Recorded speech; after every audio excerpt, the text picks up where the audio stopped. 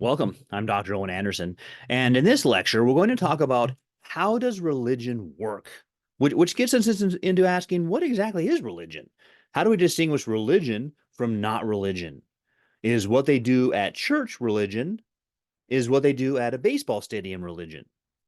Let's find out. So, how does religion work? First, it's been somewhat hard for scholars to find the origin of the word religion and what it means, but essentially it seems to be come from the idea of to bind something.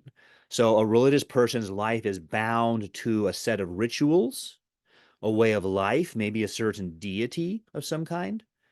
And so you can look and see what a person's religion is by how they live. That will tell you more. Sometimes they may not even know. You might ask them, "Hey, what religion are you?" And they kind of can explain it, but not really because they haven't thought about it themselves. They haven't examined the assumptions on which their life is built. And that's really what we're looking for when we ask, how does religion work? It's a way of life, sure, but a way of life is built on basic beliefs that we use to interpret our life. Interpret is to give meaning to. When you interpret a text from one language to another, you give this text meaning in a new language. And so that's what we do with our life. We try to make sense of it. Now, different people are at different levels of having done that. So the next point is that everyone's religious, therefore, because everybody gives different or everybody has a way of making sense of their life. Everyone tries to give meaning to their life. The person who says, "I'm not religious, I'm an atheist," or "I'm not religious, I'm a nun." That doesn't mean N-U-N, it means N-O-N-E. And on statistics, polling, people have, "Which religion are you?" And the last one says none, N-O-N-E. And religious studies scholars have noticed how that is increasing. More people say none. But what that is really is a statement about themselves. They live some way, they make choices, but they haven't ever reflected on what do their choices say about reality.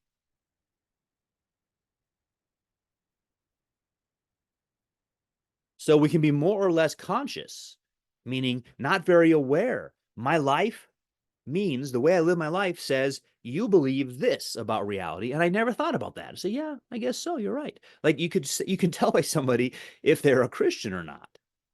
If someone says I'm agnostic, I don't know what to believe. Well, look at how they live. On Sunday morning at 10:30 a.m., are they still hung over from Saturday night? Or are they in church? You can look at how someone lives. I've tended to notice that people who tell me they're agnostic, they live as if they're atheists. So that's just a way I think of saying, I don't know. Well, the answer is look at the way you live because everyone's religious in the sense that everyone gives meaning to their life, or they try to. Now, that usually seems counterintuitive because of the atheists and the nuns. People say, wait, everyone's religious? I thought religion is when you go to church or when you go to synagogue, when you go to mosque or a shrine. So, point three, the common definition of religion is usually that religion is a set of rules about how to have a good afterlife. And so, therefore, there's a conflict then with those who say there is no afterlife, atheists, materialists, and that's when we think of religious and not religious. A not religious person says, I don't believe these different ways of living affect your afterlife because there is no God or there is no soul. And then the different religions are distinguished by the different rules they give you. So if someone says, well, I'm not really religious, and then you meet them later and they say, oh, I got religious. I became religious. Now, from point two, well, you didn't become religious. You switched from one religion, maybe atheism, to another religion. You had one set of beliefs guiding your life, and you changed to another set of beliefs. You can't go from zero beliefs to having beliefs. So, point two says you didn't really become religious, but the reason that makes sense to us, point three, is that they went from not believing in an afterlife and that how you live affects your afterlife to believing in an afterlife. And then a lot of people just say, yeah, that's the difference. There's just these different rules. Which one are you going to follow? That's how you pick a religion. But really, continuing point two to point four, there are really just two different systems for religion, I'm going to call them the journey of the soul and eternal cycle versus God the creator. Those are the two systems. They each have sub variations. Like God the creator has Judaism, Christianity, Islam, deism. The cycle of the soul, journey of the soul has Egyptian examples, Greek examples, Hindu examples, Native American examples. But at the fundamental level, these are the two conflicting. And so a lot of times when people say religion, what they mean is a journey of the soul. Your soul's on a journey. It's been reincarnating in the past. I'm pointing backwards like that's the past. And if you didn't follow the rules, you had bad karma. And so you got to learn to follow the rules so you get good karma and have a good reincarnation. That's the journey of the soul. Or when you die, your soul goes to a place called purgatory, where it is you have purgation, which means bad things are burned out of you. So you learn the rules and become a good person. So it's this eternal cycle, and it's up to you, your works, what you do, versus God the creator, which would say God made the world and it gave a moral law. Humans sinned. They fell into sin and broke that moral law. But God offered them redemption, and that redemption comes through grace rather than works. So you have these two systems. Number 5, the journey of the soul, or the eternal cycle system. It says all things are eternal. There is no creation. There might be a new start. So this universe started, but there was a previous universe and a previous universe. And your soul is on this journey to become good. And so again, it usually involves a story of reincarnation or of going through different spiritual levels or zones, spheres after your death to be purged, and then you'll get sent back into a body to try again. Or if you go through long enough purgation, you go into the heavenly realm where you see God and you become one with God. So you say, oh, wait, that uses the word God. So that must be God the creator. No, you got to have some discernment. What is meant by the word God there is just the eternal thing that you become a part of. Everything's part of it. Everything comes out of it and everything returns to it. That's the journey of the soul. And you'll see that in the Egyptian system, Babylonian system, Greek system, Hindu or Indian system, Chinese, in the American, Native Americans, each of them having their own variation of that same theme. But in contrast to the biblical religion, which you especially find summarized in Genesis 1-3.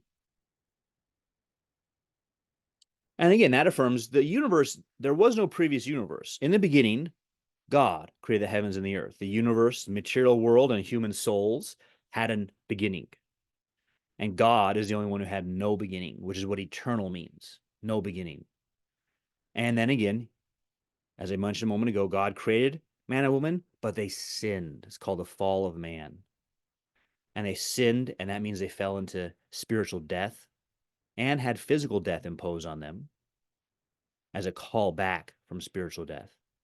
But then God offered the means of redemption through vicarious atonement. Vicarious atonement means sins are paid for, atoned for, but through someone else. So in Genesis 3, God says there will be a seed of the woman who will crush the head of the serpent. Notice it's not a seed of a man and a woman together, which is how all of us got here. A seed of just from a woman, and that one will be the one who crushes the serpent, evil. So that's, but his heel will be struck. So he'll suffer, but in doing vicarious atonement. And then, of course, that's for Genesis. And then, of course, in Christianity, they say that's Jesus, who's the Christ. And he died on the cross, was buried, rose again. And because of that, humans can be forgiven. So biblical religion, the journey of the soul, are in opposition. They're different and they're competing systems. Someone might try to do a journey of the soul and get pieces out of the Bible, but that would be just kind of cherry picking some things you want to say that's just the journey of the soul also. And then an example, Moses and Plato. as an example of these two competing systems.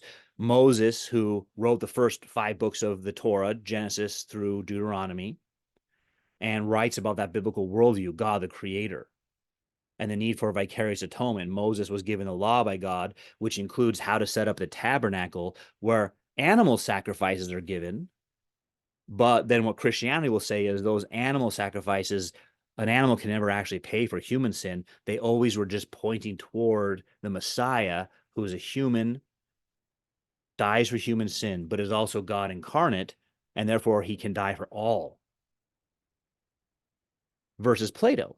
Plato is a philosopher who sort of philosophizes on the Egyptian Book of the Dead or the Babylonian systems. Both of those are big influences on the Greek thought. So Plato talks about the journey of the soul and reincarnation and how the soul has to be purged until it is just. It'll keep reincarnating. But then once it is done doing that, it can become one with the highest being or the Empyrean or the unity. Different Platonists have different names for it. So those aren't overlapping systems. It's not that Moses had scripture and Plato only had philosophy. They both have religion, but they're the two opposite religions. They both do answer philosophical questions, but they're the two opposite philosophical questions. So how does religion work? And here's the final thing to leave it with is, what's your religion? Now, you might easily give it a name from one of the main religions, but go back and think to yourself, what are your basic beliefs? Which of these two captures your basic belief?